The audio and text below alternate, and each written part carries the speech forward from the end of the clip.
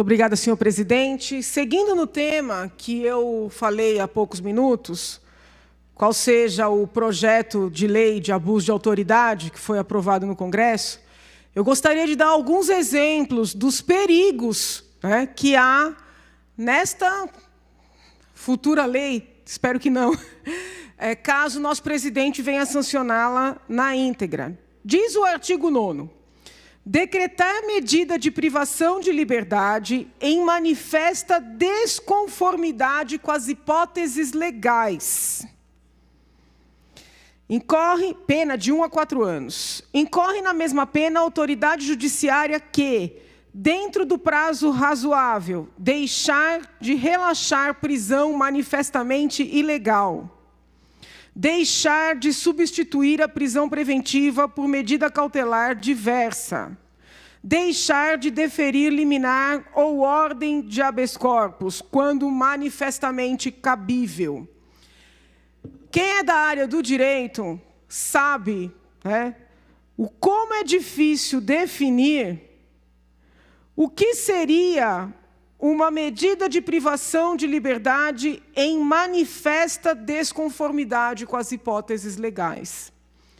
Por óbvio, se houver um crime de autor conhecido e alguém, diferente desse autor, vier a ser preso, como suposto autor desse crime, estamos diante de uma situação de prisão em manifesta desconformidade com as hipóteses legais, que pelo menos indícios de autoria tem que haver.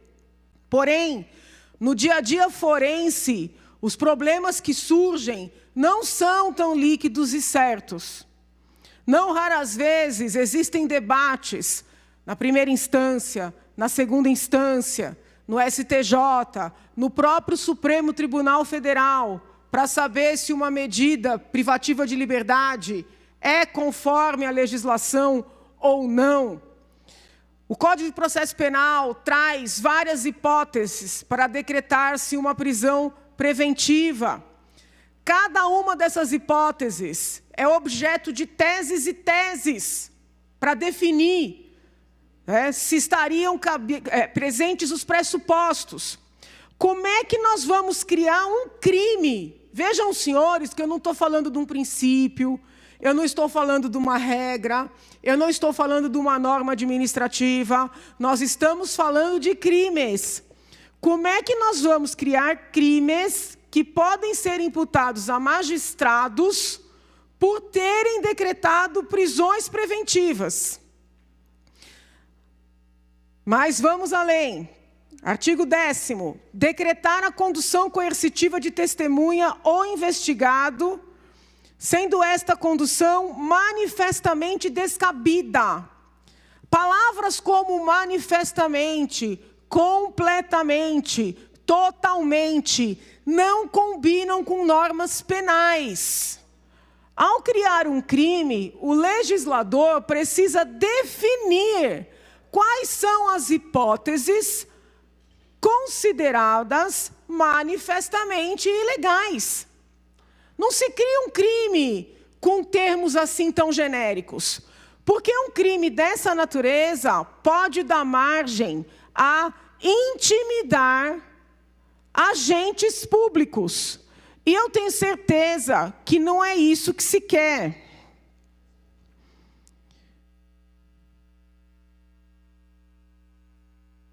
Aí nós vamos adiante.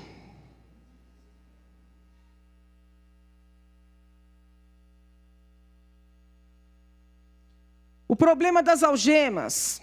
Submeter o preso, internado ou apreendido ao uso de algemas ou qualquer outro objeto que lhe restringe o movimento dos membros, quando manifestamente não houver resistência à prisão. Meu Deus do céu, o que é manifestamente resistência à prisão? Como é que o policial vai saber se essa pessoa tem uma arma escondida, se essa pessoa tem uma faca, se essa pessoa luta, se essa pessoa, ao ser colocada no camburão, não vai tentar estrangular o policial por trás? Não é possível definir. Então, os agentes públicos, de todos os níveis, ficarão com medo de trabalhar. Hoje já tem, porque são muitas as sindicâncias, os processos administrativos, não raras vezes contrários àqueles que trabalham. Isso sem contar as ações por crimes contra a honra daqueles funcionários que denunciam as ilicitudes. Nós vamos agora criar crimes para enquadrar funcionário que trabalha?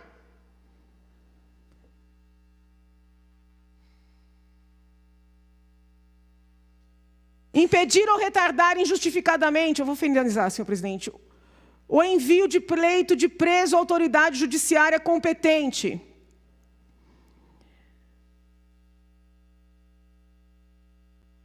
Invadir ou adentrar clandestino astuciosamente ou à revelia da vontade do ocupante, imóvel alheio ou suas dependências.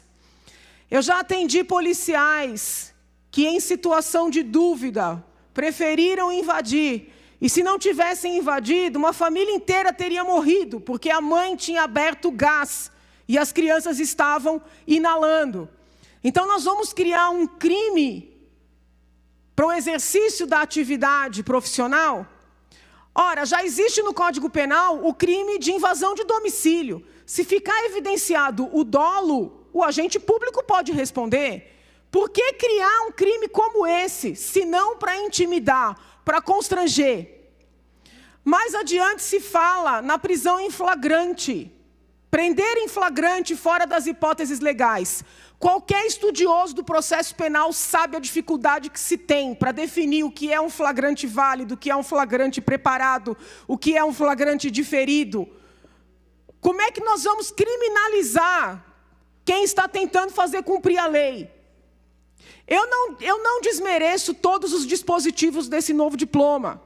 Por exemplo, quando se fala de prender pessoas do mesmo sexo numa mesma cela, que poderia até caracterizar estupro por omissão. Porém, muitos dos artigos constantes dessa lei vão prejudicar a luta contra o crime. Seja o crime de massa, seja o crime mais sofisticado, econômico ou político. Por isso eu insisto, o presidente da República foi eleito para fortalecer o combate ao crime. Por isso que eu peço a ele, que ouça o ministro da Justiça, ministro Sérgio Moro, antes de decidir sobre essa lei que veio do Congresso Nacional. Muito obrigada, senhor presidente.